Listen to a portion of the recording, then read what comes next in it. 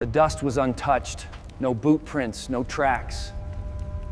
Jonas and I were the first in generations to stand here. The ramp looked hastily carved, as if the builders had rushed to hide something deeper inside. Each step echoed strangely, hollow yet resonant. I knew the chamber beneath us was far larger.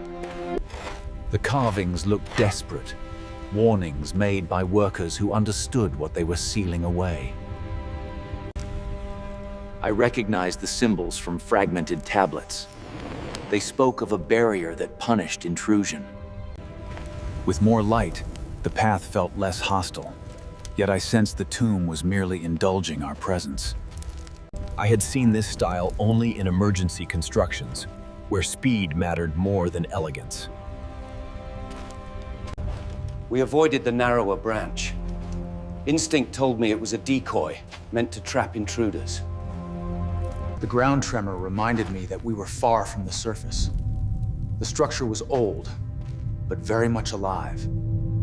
The lowering ceiling suggested deliberate compression, an architectural tactic to intimidate or slow trespassers.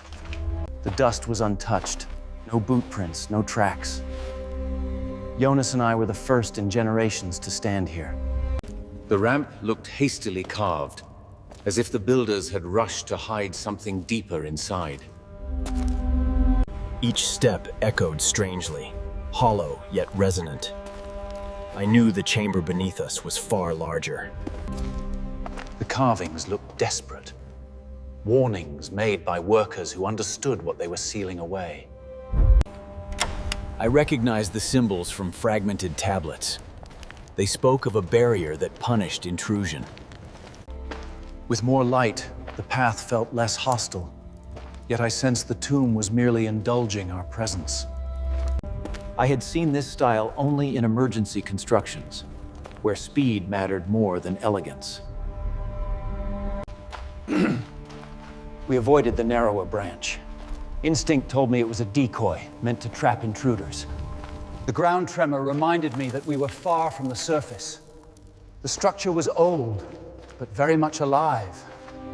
The lowering ceiling suggested deliberate compression, an architectural tactic to intimidate or slow trespassers. Every archaeologist knows this posture, the moment the tomb demands humility before allowing further passage. As I dragged myself under the ledge, I felt the temperature drop. We were entering untouched territory. The walls became smoother, more intentional. Here, the builders had taken their time. The mural depicted a construction I recognized, one that always ended with a sealed sanctuary. Crossing that threshold, I felt the shift in air pressure. We were entering the tomb proper. The architecture changed. Taller, prouder, almost ceremonial. Something important had been hidden below. The spirals on the column confirmed what the ramp had hinted. The path continued far beneath us. I felt a growing anticipation. Every step downward brought us closer to answers the desert had refused for generations. I counted the steps instinctively. Their number matched descriptions from a missing scroll Jonas once mentioned. The curvature suggested a defensive design, redirecting intruders away from the tomb's true axis. We were far past any documented level. I knew then that Jonas had opened a path no researcher had ever mapped. The tunnel felt raw, unfinished. It reminded me of chambers carved in secrecy rather than glory. I noticed the debris patterns. They suggested controlled collapses used to mask deeper sections. The shimmer intrigued me. Metal this deep often meant reinforcement for a hidden mechanism. I recognized the alloy immediately, used only for high-risk structural gates. Something significant lay ahead. I knew this brace once supported a sliding gate. Whatever it guarded must still be intact below. With each step, the ground felt looser, as if no one had walked here since the day it was sealed. The cracks suggested strain, either from ancient tremors or from the builders forcing the structure closed too quickly. I recognized controlled demolition. They had collapsed parts of the tunnel on purpose to confuse later explorers. The narrowing forced us into single file. Structures like this were designed to slow intruders. The dust felt ancient, almost oily. The floor groove proved the existence of a major gate, the kind that usually marked the final defensive layer. The resin along the sides told me it had been sealed in haste, likely during a crisis the builders never recorded. I saw the lever and immediately recognized its purpose. It was part of a counterweight system older than most dynasties. When the lever budged, even a fraction, I knew the mechanism beneath us still breathed. I felt the vibration through the ground, the weight of centuries strained against ancient engineering. Through that narrow gap, I sensed a vast chamber waiting, one untouched by any archaeologist. Sliding beneath that gate felt like crossing a line of no return. The chamber was crude, built rapidly, almost like a buffer before something far more important. The cuts on the pillars suggested they once held barricades that had long since rotted away. I could feel cold air rising from the shaft ahead, always a sign of deeper, undisturbed chambers. The absence of markings told me this section was never ceremonial. It served a purely functional purpose. Passages like this often led to transitional spaces, chambers designed to mislead or protect. The frame's geometry was foreign to this region.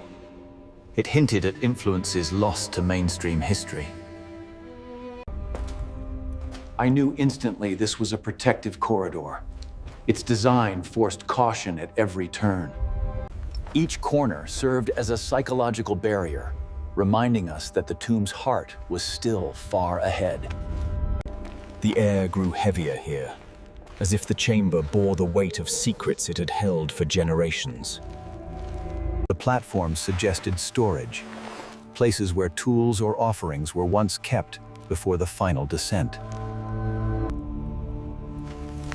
The rope fragments told me workers lowered something significant deeper into the earth. When I saw the stairwell, I knew we had crossed the outer defenses and were finally approaching the tomb's true depth.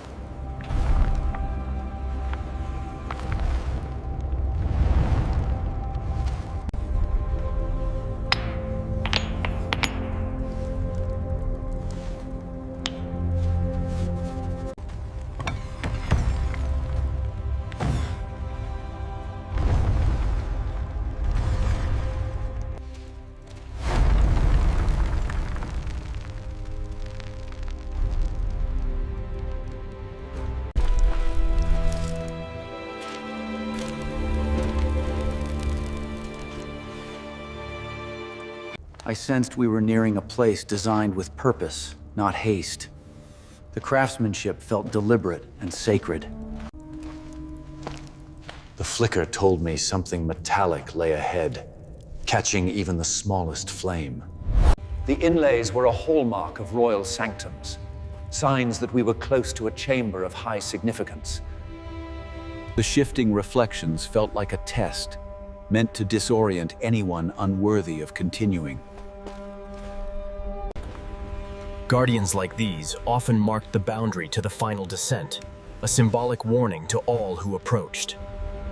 I knew a basin in this position typically activated something hidden, perhaps a path downward.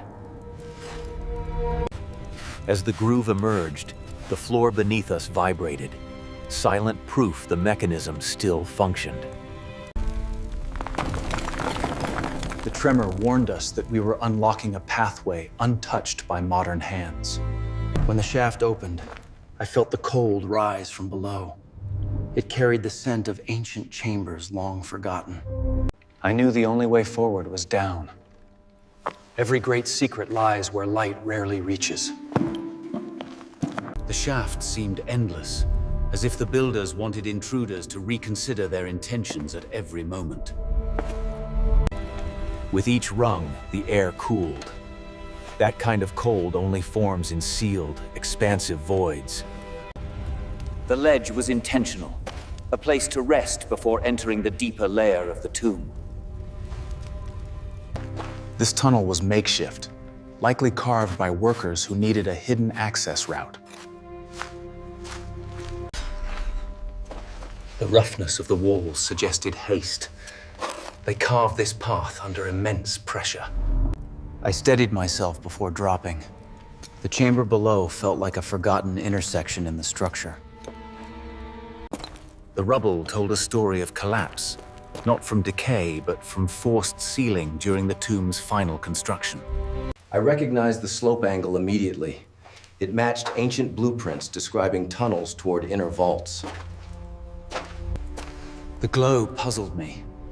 It meant the chamber ahead contained reflective surfaces or trapped light. I realized we had reached the antechamber preceding the vault. This was where the real descent began.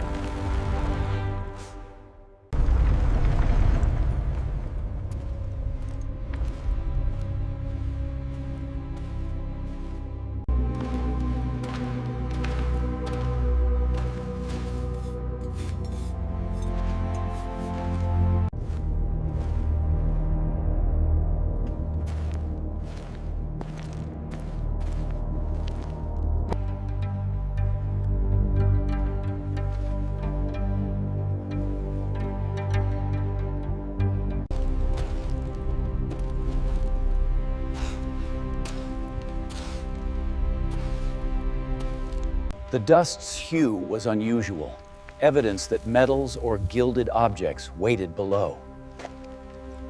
Metal reinforcement this deep always meant one thing: a chamber holding items of extraordinary value.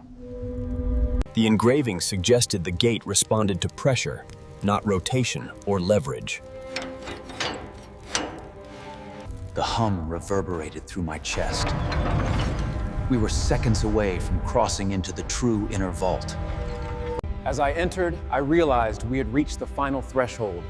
The treasures whispered of in fragmented texts lay just ahead. I felt the weight of centuries in that silence. Every breath reminded me we were deeper than any map had ever shown. The pillars echoed a design we had seen before, guiding us toward what the builders valued most. I recognized the platform layout from ancient schematics, used only in chambers holding sacred artifacts. The carvings confirmed our suspicions. Something had been buried even deeper than this vault. The cracks suggested repeated use, as if the panel had been opened many times during construction. When dust fell inward instead of outward, I knew there was a hollow space beneath us. I held my breath as the panel turned. We were activating a mechanism untouched for 100 years. The grooves suggested a controlled descent, a final passage for the most guarded treasures. I steadied myself, knowing the next chamber would hold answers untouched for generations. The descent grew more treacherous, a fitting barrier for something meant to remain hidden. The archway felt like a threshold, a point where the builders transitioned from structure to sanctity. I could feel the earth pressing around me. This passage seemed carved for secrecy, not ceremony. The glimmer ahead pulled me forward. Only metal or gemstones could reflect in such total darkness. The plaque's presence confirmed it.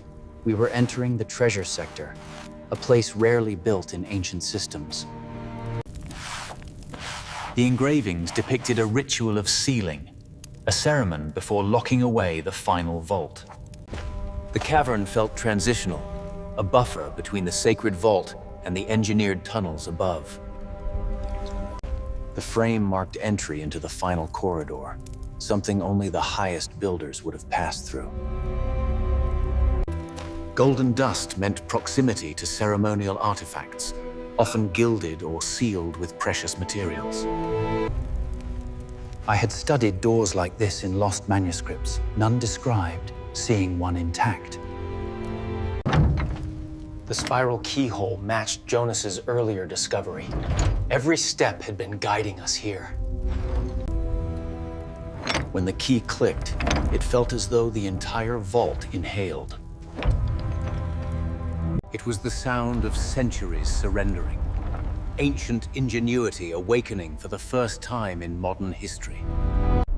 I had prepared my entire career for this moment, yet the sight still overwhelmed me.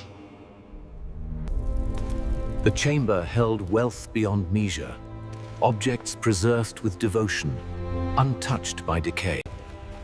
Each statue told a story of forgotten pantheons, their reverence frozen in precious metal. The chests were sealed with a precision rarely seen, as if their contents demanded both honor and fear.